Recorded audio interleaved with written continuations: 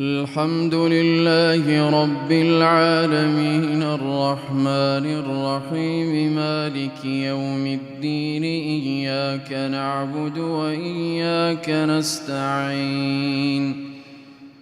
اهدنا الصراط المستقيم صراط الذين أنعمت عليهم غير المغضوب عليهم ولا الضالين آمين.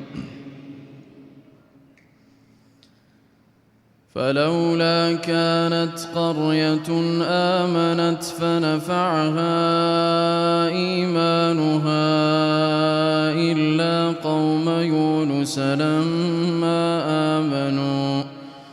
إلا قوم يونس لما آمنوا كشفنا عنهم عذاب الخزي في الحياة الدنيا ومتعناهم إلى حين ولو شاء ربك لآمن من في الأرض كلهم جميعا أفأنت تكره الناس حتى يكونوا مؤمنين وما كان لنفس أن تؤمن إلا بإذن الله ويجعل الرجس على الذين لا يعقلون قل انظروا ماذا في السماوات والأرض وما تغني الآيات والنذر عن قوم لا يؤمنون فهل ينتظرون إلا مثل أيام الذين خلوا من قبلهم قل فانتظروا إني معكم من المنتظرين ثم ننجي رسلنا والذين آمنوا كذلك حقا علينا ننجي المؤمنين قل يا أيها الناس إن كنتم في شك من ديني فلا أعبد الذين تعبدون من دون الله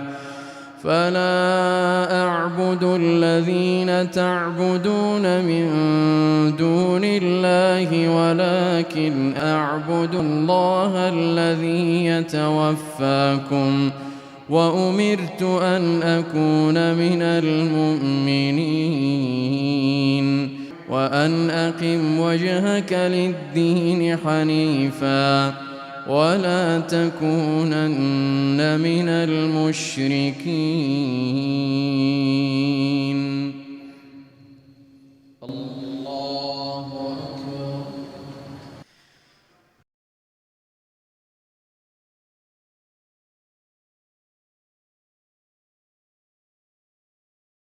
الحمد لله رب العالمين الرحمن الرحيم مالك يوم الدين إياك نعبد وإياك نستعين اهدنا الصراط المستقيم صراط الذين أنعمت عليهم